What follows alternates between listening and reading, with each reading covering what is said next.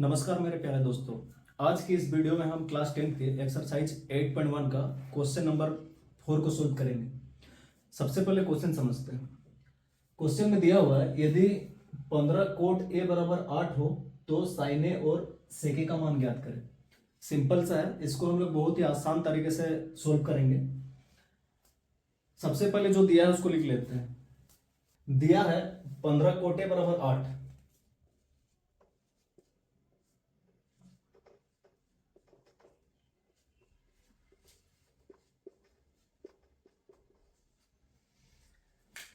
15 cot A बराबर 8, यानी कि इसमें से हम लोग कोटे का मान निकाल सकते हैं। इसमें से कोटे बराबर क्या हो जाएगा, कोट ए बराबर 8 बट्टे 15।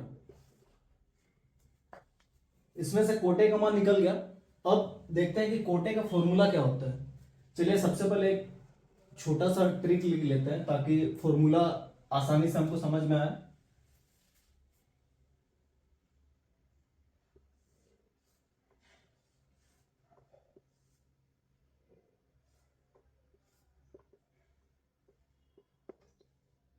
Sign theta cos theta tan theta, sine का ऑपोजिट कोसेक थीटा, कोस का ऑपोजिट सेक थीटा और टेन का ऑपोजिट कोट थीटा। अब इसमें एल ए एल और नीचे वाले में के ए लिखना है। सिंपल सा है। इसके अंदर लाल कक्का लिखना है। अब इसमें आराम से हम लोग कोटे का फॉर्मूला देख सकते हैं। कोटे का फॉर्मूला हो जाएगा आधार बट्टे लंब। कोटे के बदले में लिखेंगे आधार बट्टे लंब बराबर 8 बट्टे 15। बहुत ही आसान है दोस्तों। फिर इसका मतलब है कि आधार का मान 8 है और लंब का मान 15 है। इसको लिख लेते हैं। आधार इज इक्वल टू 8 और लंब इज इक्वल टू 15। अब देखते हैं इसमें कर्ण का मान दिया हुआ नहीं है, तो सबसे पहले हमें कर्ण का मान प्राप्त करना पड़ेगा। चलिए कर्ण का मान निकालते हैं।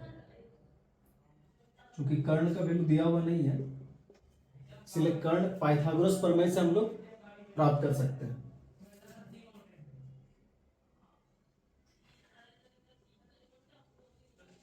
Pythagoras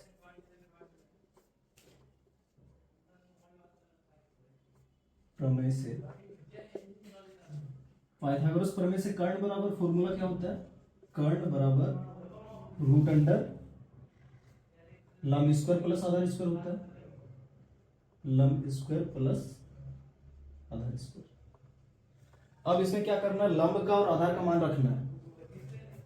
is equal to root under लंब का मान कितना है, लंब का मान 15 है, यानी कि 15 का स्क्वायर हो जाएगा, प्लस आधार आधार का मान 8 है, यानी कि ये 8 का स्क्वायर हो जाएगा।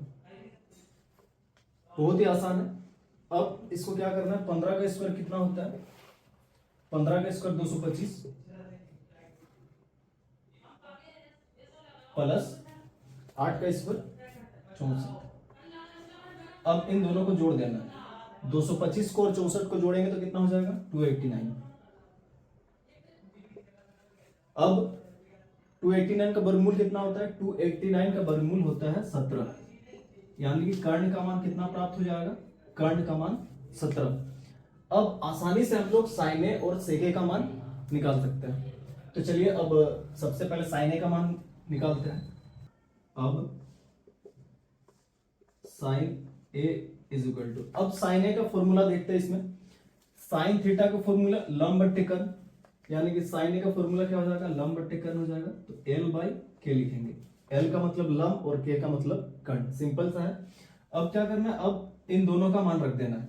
लंब का मान 15 दिया हुआ है बट्टे कर्ण का मान प्राप्त किया था 17, यानी कि साइन ए का आंसर कितना हो जाएगा, 15 बट्टे 17।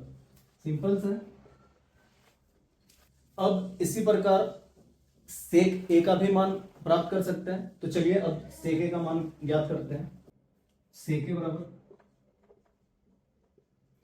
अब देखते हैं इसमें सेक ए का फॉर्मूला क्या होगा। सेक थीटा का फॉर्मूला कर्ण बट्टे आधार है, अतः सेक ए का भी फॉर्मूला कर्ण बट्टे आधार होगा। इसको हम लोग लिखेंगे के बाई ए। अब सिंपल सा है, इसमें कर्ण का और आधार का मान रखना है।